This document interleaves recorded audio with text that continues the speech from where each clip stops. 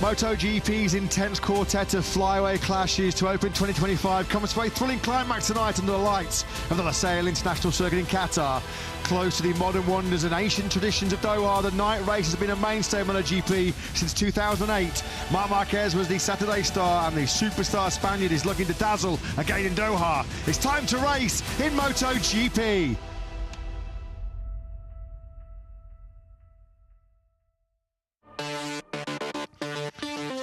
So first on the calendar back in 2004, what a magnificent venue this is for Grand Prix motorcycle racing. The Losail International Circuit, 5.38 kilometres, 3.343 miles, 16 corners, 10 of them right, 6 of them left. Top speeds down the long start-finish rate in excess of 350 kilometres an hour. Hard braking then into the second gear first corner. Turn 6, a good overtaking opportunity here around this Losail circuit. And are we going to get more final corner drama after some classic battles here in Qatar in the past at turn 16?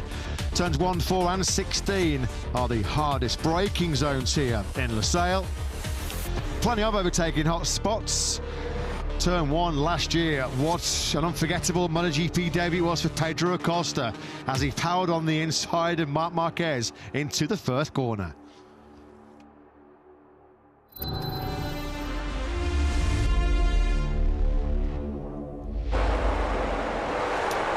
So factory Ducati star Marc Marquez secured his 4th successive pole position of 2025 in a dramatic Q2 yesterday afternoon, and he followed it up with his 4th successive sprint victory after an early battle with former World Championship leader Alex Marquez. It was great to see Aprilia star Jorge Martin back in action, the reigning world champion, 16th at the checkered flag on his first race action of 2025.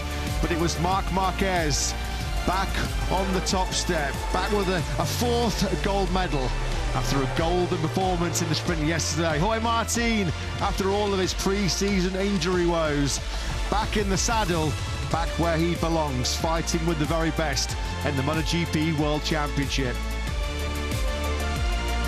We go racing over 22 laps in the Premier Class in just under 45 minutes time here, under the dark skies of Doha.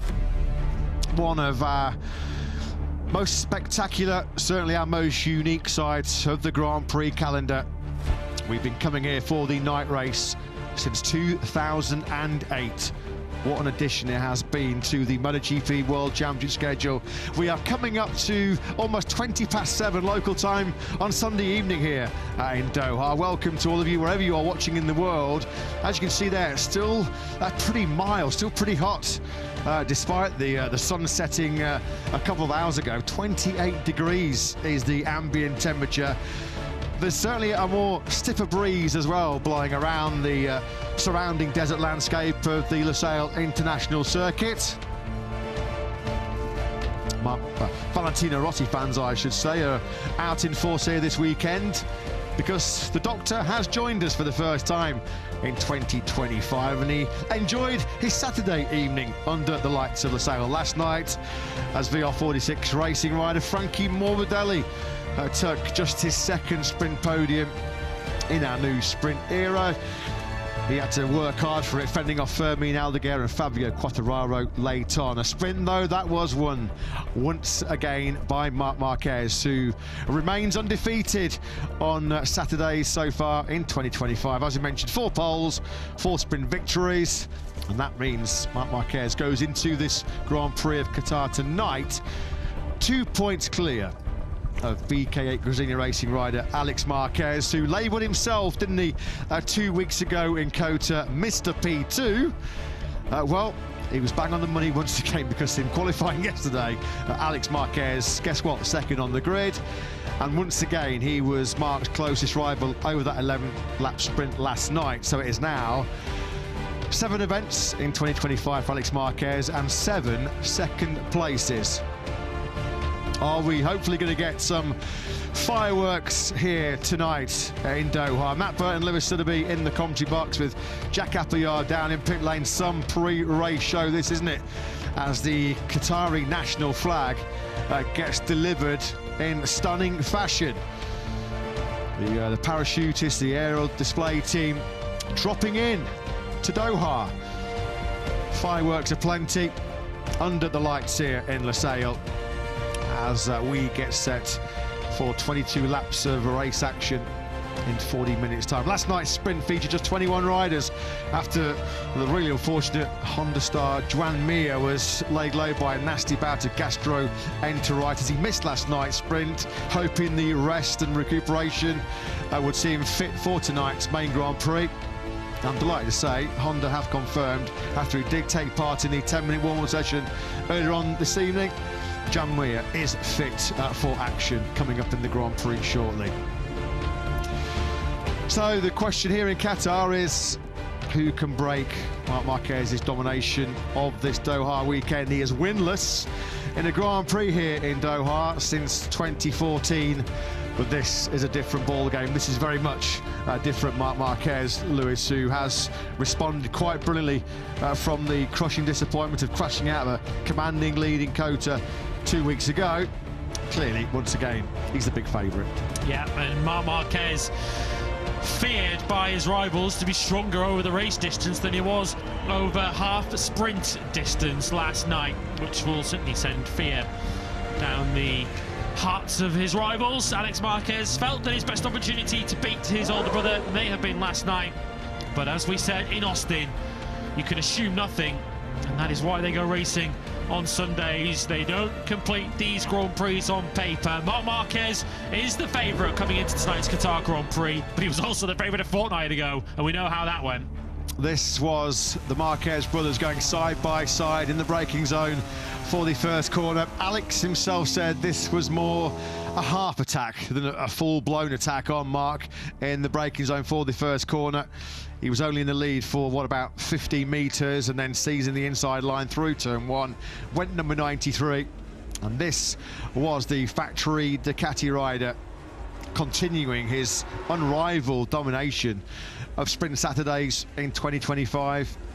As you mentioned, Marquez will go to the Spanish Grand Prix in Jerez in 2 weeks' time, having taken all 4 poles and all 4 sprint victories so far this season. Previously in sprint history, only Jorge Martin, the reigning world champion, who I'm delighted to say is back in action here this weekend on the factory of Aprilia, the only other rider that had managed to amass 4 successive sprint successes. Contrasting fortunes, Lewis, wasn't it last night for the 2 factory Ducati stars? This was not what we expected. I don't think Jorge Martin expected that in his wildest dreams. At one stage passing Pecco Bagnaia, who had a real tough Saturday. It all went wrong at turn 4 late on in Q2. Yeah, that's where the trouble started. This is, of course, as you can see in the sprint, but Pecco Bagnaia's weekend, I think when we reflect on it in an hour and a half or so from now, was all dictated by what happened to him in qualifying on the Saturday. That crash at turn 4 put him down in 11th on the grid, and that's why he was battling with the likes of Jorge Martin, Ayagura and others during this sprint. Bagnaia, as we've seen already this season, from sort of laps 2 to 4 of these sprints, just doesn't seem to have the confidence to push as hard as he'd like. He lost ground relative to the Marquez brothers in Austin, you might recall, having led at points on that first lap, and we saw it again last night. He was being overtaken by several riders, including Jorge Martin, as we saw there on screen. Bagnaia did regroup and recover in the end to score a couple of points in 8th place, but that was far short of the expectations that Bagnaia would have set of himself when he woke up on Saturday morning. Welcome back, Martinator. Yes, the reigning world champion is back with us this weekend, and he was certainly giving it plenty in the sprint yesterday, overtaking his adversary of the last couple of championship battles, Pecco Bagnaia. He was actually 3rd in the warm-up session this morning too, was Jorge Martin, so he's already had a pretty impressive Sunday as it is. Well, Ducati, of course, their hopes will be largely on the shoulders of Marc Marquez as he starts from pole position, but can Pecco Bagnaia launch another Sunday comeback? Let's get the pre-race thoughts of Davide Tardozzi with Jack. Davide, it feels like a big Sunday for Pecco. How does he feel ahead of it? Yeah, I feel good. Hope that there is more modification we make on the bike. It will suit his riding style. Yesterday he was not comfortable, mainly on the braking and in the contact, so we make a slight try different weight transfer on the bike, then we see if it works. He said yesterday, potentially, maybe moving to the sprint fuel tank is not giving him the comfort under braking from doing some analysis overnight. Do you think that is where the issue lies? Yeah, that was an issue, but in the end I confirmed what I said yesterday. Even if he did not a good race, I think that Pecco has absolutely the potential to stay on the podium, and we must help him to do it. Yesterday he was not comfortable on the bike, but in the end, today is another day, and we'll see. In terms of the next sprint, obviously we'll be focusing on today, but he said yesterday it's been 3 years that he's not had that feeling in the sprint. He said, I can't be finishing 8th in a title fight against Mark. Is there potentially a plan for Jerez in terms of using that sprint fuel tank more often during the weekend to try and get his feeling to a level where he can perform like he does on a Sunday, on a Saturday? Yeah, we are trying to help him because we know this problem since 2 years. We know that he's not happy about the weight transfer when you have the small tank, and we are working on it. We haven't found yet the solution, but I hope that the small changement that we make it will help him. Just finally, on Mark, how much do you think Austin will be on his mind today? Mark, I guess that we'll try to have the same approach of yesterday, trying to pull away and then be comfortable with 1 or 2 seconds leading the race. But we'll see, because honestly, Alex is always surprising us, and Alex is a tough competitor. Thanks, Davide. Good luck. Thank you. Yeah, thanks, Jack. Thanks to Ducati boss Davide Tardozzi. Pecco Bagnaia did win the Grand Prix here in Qatar from the second row of the grid last year. He has come from lower on the grid, 11th place tonight. The last couple of years to win previously, he was 13th. His starting position in Mandalika a couple of years ago, and he fought his way through brilliantly to take the victory. As he said himself, though, last night, you just simply don't have a prayer of battling a World Championship campaign over 22 rounds with Marc Marquez if you're finishing 8th in a sprint. It just simply isn't good enough. Can they find some sprint solutions maybe at the post-race test in Jerez in a couple of weeks' time? We just saw there, didn't we? Fabio Quartararo, who has really shone bright for the factory Yamaha team here this weekend. 3rd on the grid, his first front row since the Dutch GP in Assen in 2022, and so close to a very rare sprint podium yesterday. 5th at the checkered flag, just 1.6 seconds he finished behind Frankie Morbidelli. Great effort last night by the Frenchman. He's another rider who potentially feels that his best opportunity came last night to fight against these Ducatis, but certainly put nothing past Fabio Quartararo. He's already done plenty this weekend that you would suggest is beyond the reach of any normal human being. He is a world champion for a reason. These are the 2 riders then who have dominated so much of this season so far. Of course, one led the World Championship coming into this weekend. The other leads the World Championship coming into Sunday night's Grand Prix itself. Alex Marquez continuing that incredible run of second places. You kind of get the feeling that he would take a second place tonight, given how strong Marc Marquez is and the expectation that Pecco Bagnaia is going to come through the field. But Alex Marquez, the level he's riding at, he has quite clearly elevated himself this season. If he keeps knocking at the door, surely one day it will open. Yeah, some accolade for the 28-year-old Spaniard. First rider to podium in the first 3 Grand Prix of a new season since Valentino Rossi, all the way back in 2017. Rossi, of course, present on site. I'm sure he's had some words of encouragement for Pecco Bagnaia ahead of this 22-lap battle here this evening. And this is just a great sight, a sight we've been waiting so long for after his massive crashes in both the Sepang test at the beginning of February, on just his 14th lap of 2025 on the factory Aprilia, just as he was getting himself back to full fitness. Jorge Martin checking his fitness on the Monday before our Thai Grand Prix in Buriram. He had a real nasty, vicious crash on a Supermoto training bike and suffered real serious injuries to his left scaphoid and his left radius bone. Injuries which he's likely to carry the pain from for a good number of weeks still yet. He's just finding his feet, finding his confidence, finding his belief. He said last night, yeah, it's great to be back in action, but he's not here to make up the numbers. The next big task for Martin and the Aprilia engineers is to make that RSGP suit his aggressive riding style suits him like a glove.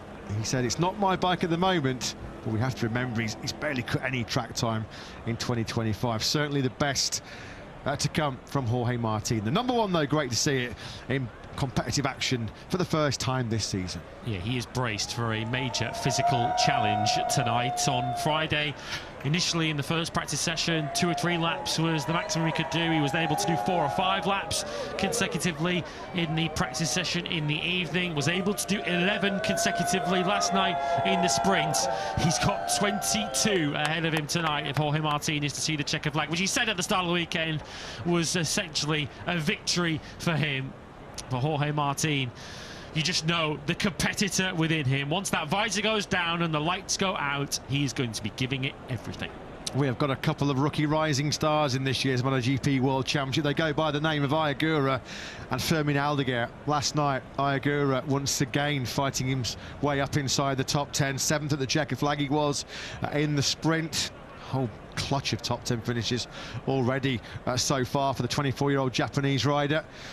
Well, there's turns 1, turn 6, 10, 12 and 16 which offer good overtaking opportunities around this 5.38 kilometre Losail International Circuit.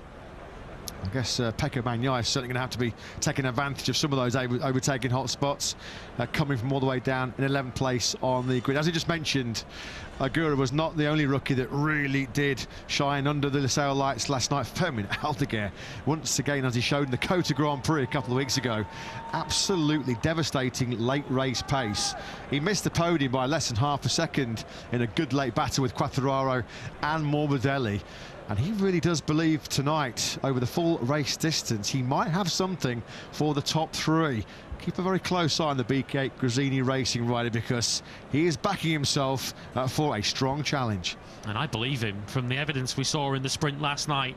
And if you look at the race itself, back in Austin, Fermin Aldeguer was as quick as anybody in the latter stages of that race, and thought that he could potentially come through to take 4th place in the latter stages of that race, and it was his keenness to try and close in on that P4 which caused him to crash rather than settle for what would have been a very strong 5th at the end. He thought he could chase down Frankie Morbidelli, the rider who he very nearly caught and passed on the last lap last night. And Fermin Aldeguer making very quick strides forward in what is still a very short MotoGP career. He and Ayagura from our rookie contingent are already making their presence felt in MotoGP. Morbidelli, we just saw him on screens a few moments ago, enjoying life, relishing life as the underdog, as the outsider, as he calls himself. Of course, there's been so much focus in terms of the early championship battle between the Marquez brothers and Pecco Bagnaia. Frankie Morbidelli, though, currently sitting 4th in the championship standings, 36 points he is off the summit. He said, I've always rooted for the outside. I don't mind seeing myself as that at all. Let everybody else feel the burden, the weight of expectation. Frankie Morbidelli, though, does not bring a great Grand Prix record here to Qatar. He's not finished higher than 11th in his previous 7 MotoGP visits, not even troubled the top 10. Let's see what he can do tonight as he looks to make it a double podium here in Doha. Well, the crowd, of course, certainly making their voices heard. Johann Zarco, who certainly did not cut a pretty happy figure last night after the sprint was completed, because he didn't see the checkered flag when Marc Marquez was claiming victory. Zarco, one of a group of riders last night who went the wrong way on rear tyre choice. Some who chose the soft rear tyre decided they had nothing to lose. Johann Zarco lost plenty, having ran in the top 6 in the early stages of the sprint. Didn't even see the checkered flag in the end. And he said afterwards it was a big, big mistake to go for the soft rear tyre. Wouldn't expect many to entertain that option over double the distance tonight. He was pole position here, of course, back in the day, 2018, and led the Grand Prix in 2017 before he tipped off on lap 7. That was on a really eye-catching MotoGP debut for the French rider. Just a couple of podiums here in 16 previous visits to the Losail International Circuit as Pecco Bagnaia then. You feel it's a mountain to climb, isn't it, if he is to get himself into victory contention in this Grand Prix of Qatar. don't rule him out, though. We've seen him be super aggressive in the early laps of sprints and Grand Prix throughout the last couple of seasons. Marc Marquez, you are the best. I love heart there as well. A lot of affection in the grandstands for the Spanish rider. 32 years of age now, Marc Marquez, trying to win his 91st Grand Prix, trying to move on to 65 Premier Class wins. Of course, the first of his 113 MotoGP podiums came right here on a memorable debut. Seems like an awful long time ago now, does it? 12 years ago, all the way back in 2013. He's not been on a Grand Prix podium here in Qatar in 6 long years, since he was second in that 2019 Classic against Andrea Dovizioso. The second of 2 consecutive classics between the pair. Of course, Andrea Dovizioso, for so long on a Ducati, was denied World Championships in 2018 and 2019, of course 2017 as well, when they went down to the final round in Valencia. It was this man that denied Ducati the ultimate prize in MotoGP, and it was a fear of seeing that championship wrestled away from them that convinced them to sign Marc Marquez. They wanted him within their stable, and so far, 3.5 Grand Prix weekends into this 2025 season, they have been proven exactly right. Marc Marquez winning everything in sight, with the exception, of course, of that Sunday slip-up in Austin. Davide Tardozzi said to Jack on the grid that he doesn't expect that to be in Marc Marquez's mind. He expects him to be looking forwards, but surely Marc Marquez will be motivated by that error and trying to avoid a repeat and hammer home his advantage and pull clear again in the standings. Nice Matt Burt pace around Qatar right now, isn't it, for the world's fastest riders? Of course, a very familiar sight now in MotoGP as they go into fuel economy mode, just trying to use as little amount of fuel as they possibly can as they come to the grid on the sighting lap. Of course, cast your minds back to 2 weeks ago. All the drama just seconds before we started the warm-up lap in Austin, Texas, as we track the 2 Trackhouse Racing riders who are coming to the grid. As you mentioned, once again, Ayagura, absolutely brilliant. Who would have foresaw pre-season that Ayagura, after 3.5 rounds in 2025, would not just be the lead of Aprilia, but 6th in the World Championship. What a start it has been for Ayagura. He's 3 points clear in the rankings of Marco Bezzecchi, who, as it stands right now, we haven't really seen Bez as a front-running force, have we, so far in 2025? And this is going to be probably the longest 22 laps of Jorge Martin's Grand Prix career, coming up very, very shortly. Not for the first time in his career, he's riding well below his peak physical best.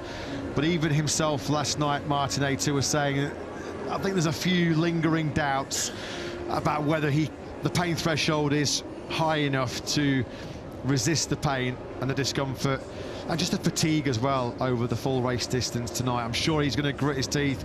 We know on Friday he was really jacked up on painkillers. I'm sure tonight is the same. It'll be a teeth-gritting mission for Martin as he just aims to see the checker flag and gets a full race distance under his belt for the first time on the factory Aprilia. Yeah, we will watch him closely as this race unfolds to see if he can last the distance. We certainly hope he does. So do Aprilia, because they want all the data they can get from their world champion as they look to try and improve a package which hasn't fared particularly well so far around here. No Aprilias made their way automatically into qualifying 2. Ayagura ensured that at least one of them did get that far by topping Q1, but they certainly haven't been a match for the Ducatis, nor the Yamahas or the Hondas so far this weekend, although Johan Zarco's decision to go for the soft rear tyre did at least ensure that Aprilia made their way into the points with 2 of their bikes last night. But they still have an awful long way to go if they're going to be giving this man a hurry up. Yeah, Marc Marquez then, pole position in all 4 Grand Prix so far this season. 64 wins, 113 podiums, 70 poles. That is some record, isn't it, for a rider who effectively lost 4 years of his career? What would those stats look like had it not been for Jerez 2020? That's all in the past. It all feels like a distant memory right now, doesn't it? This clearly is Marc's best chance of capturing that elusive 9th world title, his 7th in MotoGP, as we get the jaw-dropping helicopter shot of the Losail International Circuit with the Marquez siblings and Quartararo on your front row of the grid. All three going medium front, medium rear. Don't expect anyone else to go for the soft rear tyre. While you look at the grid, let's hear from the pole man. Marc Marquez is with Jack. Well, Mark, first of all, I hope that the grid this time round is less dramatic than 2 weeks ago. I hope we don't see you sprinting off in a second. You've described it as a weekend of unexpected surprises so far. What do you expect in this? Yeah, of course. Will be a tough race, very long race, especially for the way to manage the tires. Now that my opponents cannot listen anymore, I'm struggling a bit with the tire life with the front tire, and then I need to be careful with that front tire. Not only the rear everybody is a bit in the limit, but also I need to have the extra careful with the front. So let's see how we can manage. Good luck. Thank you. Yeah, thanks ever so much to Marc Marquez for sparing time to have a little natter with Jack there down on the grid. Yeah, a few lingering concerns potentially about front tyre life. It's a tough old 22 laps around this 5.38 kilometre Losail International Circuit. Off into the distance is the rapidly expanding capital of Doha, unrecognisable from our first visit here, 21 years ago, back in 2004, lit up by the neon lights as we get set. We're about 20 minutes away from lights out, under the lights in Losail. Marc Marquez, at least this time he's just walking off the grid and not sprinting off it, just like he was in Austin. Yeah, our boys back in the production truck will be hovering their finger over the button to cut through the intro later on if we have to get out of that once again, which certainly caught of all of us sleeping before the warm-up that got underway, or failed to get underway as it was in Austin. Well, you know, if he's standing by his Ducati with a few minutes to go, the rest are in trouble. Let's go down then once again onto the grid. He missed out with that soft tyre choice last night in the sprint. What can Johan Zarco do this evening for LCR Honda? The Frenchman joins Jack. Yeah, great to be down here with Johan, who's once again put himself in a great position ahead of this Grand Prix. I imagine not the same rear tyre choice as yesterday. How do you see this one unfolding? I really hope this medium rear tire will not create all this vibration that we got with the soft one. But when the tire gets used, we still don't know very well how it's going to be. So if I don't have any vibration, I guess I can have a very good result and fight with the top guys, at least the top 6 or top 5. But if this is difficult, I would love to confirm a good top 10, as the speed is good for the other moment, and we still need to improve a few things with the team to make it better for the next ones. Have a great race. Merci. Yeah, thanks ever so much, Jack. Thanks to Johan Zarco. Sadly, that DNF last time out in Austin was his first time he's missed the points in the Grand Prix in 12 since the Red Bull, and he really was stringing together a series of consistent results, wasn't he? The 34-year-old Frenchman. Zarco then, he launches away from 7th place. All sorts of sporting stars with us here this weekend. You just saw a glimpse there of Fernando Verdasco, former Grand Slam tennis semi-finalist, who's also sampling some of the atmosphere on the MotoGP grid.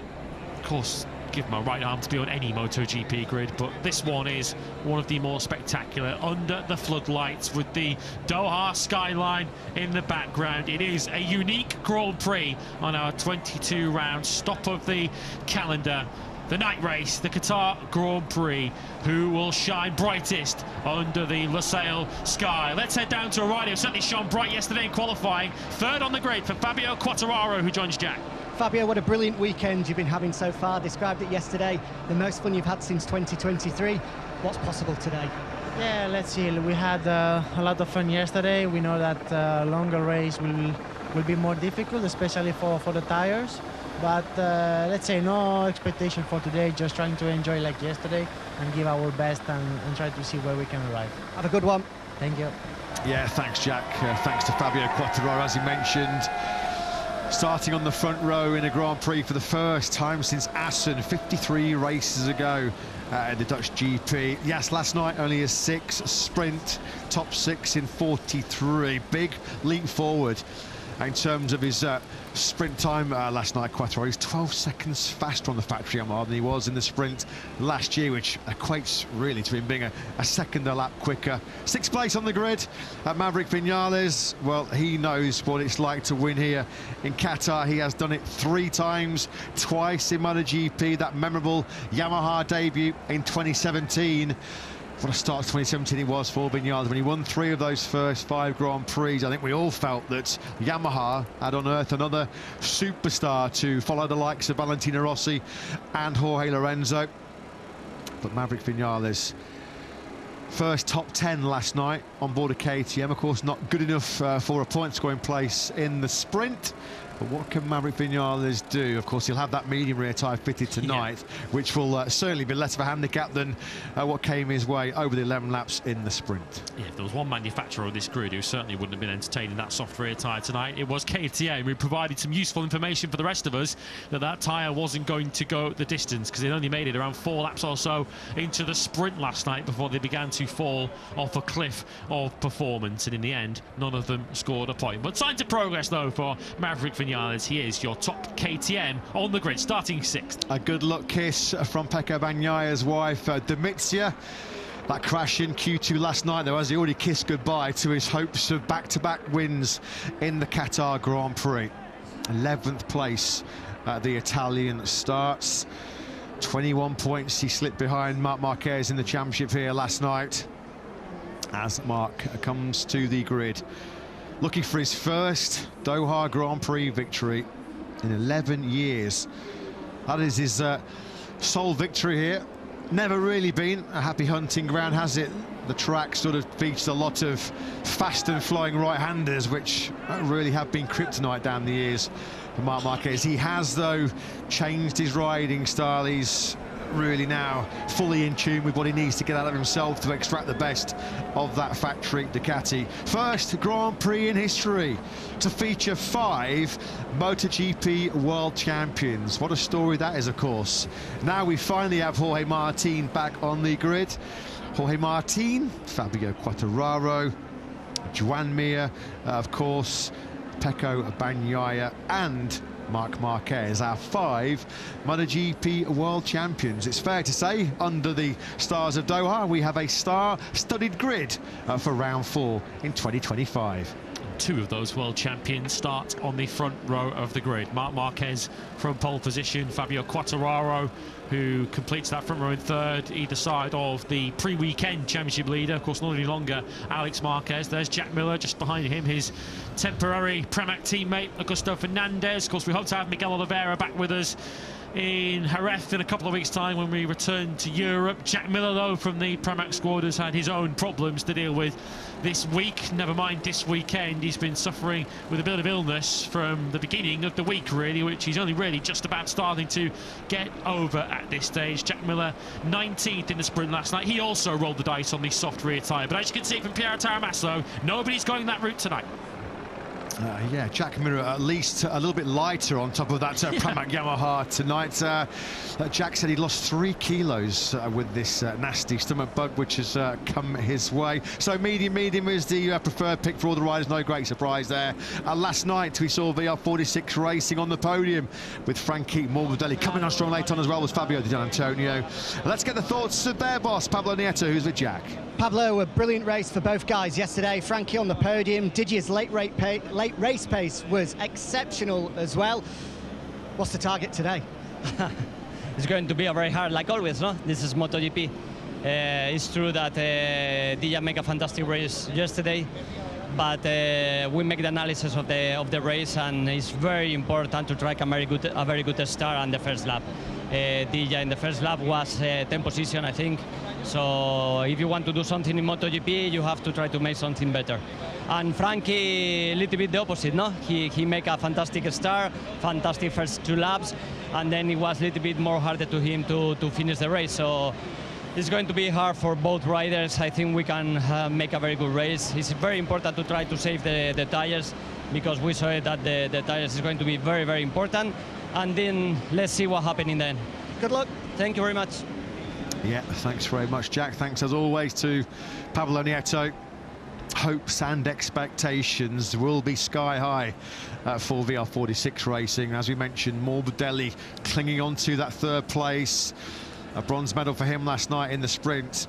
And Fabio Di Gianantonio was just over a second back of the top three in sixth place. He had really strong late race pace, didn't he? The Italian, of course, who here 2 years ago took his one and only MotoGP success. A ride that effectively saved his Grand Prix career, didn't it? There might be two BK8 Gresini Racing riders on the podium later on this evening, because Alex Marquez, we know he's in great nick. So too is his teammate, the rookie Fermin Aldeguer, who had stunning late race speed in Kota last time out before he crashed out of top 5 contention. And of course, he was really shining bright under the Losail lights last night with an excellent ride through to 4th place. We're going to pause briefly here in the commentary box as we get set for the traditional pre-Grand Prix grid ceremony.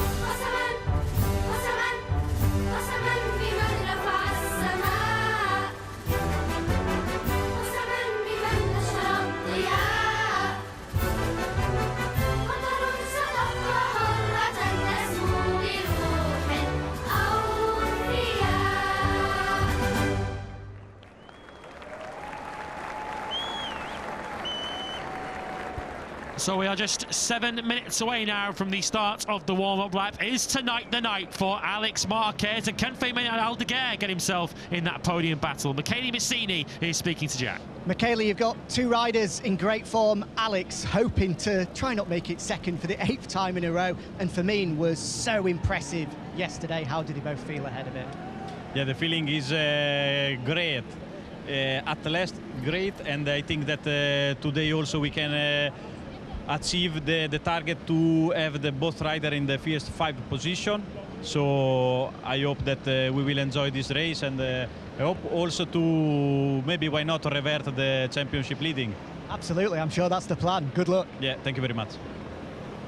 Yeah, that will be the plan. It will be some performance if Alex Marquez was to leave Doha and head to Europe for our first European stopover of 2025 in Jerez in a couple of weeks' time as the World Championship leader.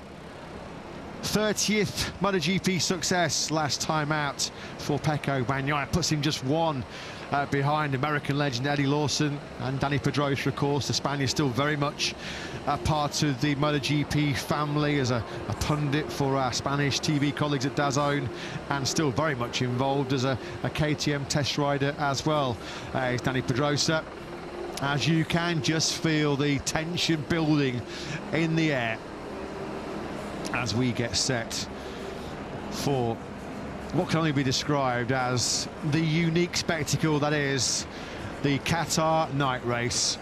Fabio Quartararo, well, this will feel like a very rare privilege, won't it, for the 25-year-old, his first front row in nearly 3 years. He took full advantage of it last night as he fought for the podium against a gaggle of Ducatis. No right at all on that factory Yamaha to be picking fights and beating Ducatis last night, Fabio Quartararo. There's pockets of French fans scattered around the grandstands here in Qatar as they look to see if Quartararo can take his first Grand Prix podium since he was third, what, about 18 months ago now, or 2 years ago, in our Indonesian Battle of 2023. Good to see, at the very least, even if Quartararo can't replicate his third on the grid, that the Yamaha pace that we saw in pre-season testing, which I think got us all a little bit excited when Quartararo was in the top 3 at Sepang, that excitement had a bit of cold water poured on it with the events of Buriram and of Argentina. He was certainly competitive in Austin, although that never really showed up in the race on Sunday for a variety of problems, largely caused by his sighting lap crash. But Quartararo finished right on the tail of that man, Frankie Morbidelli, last night.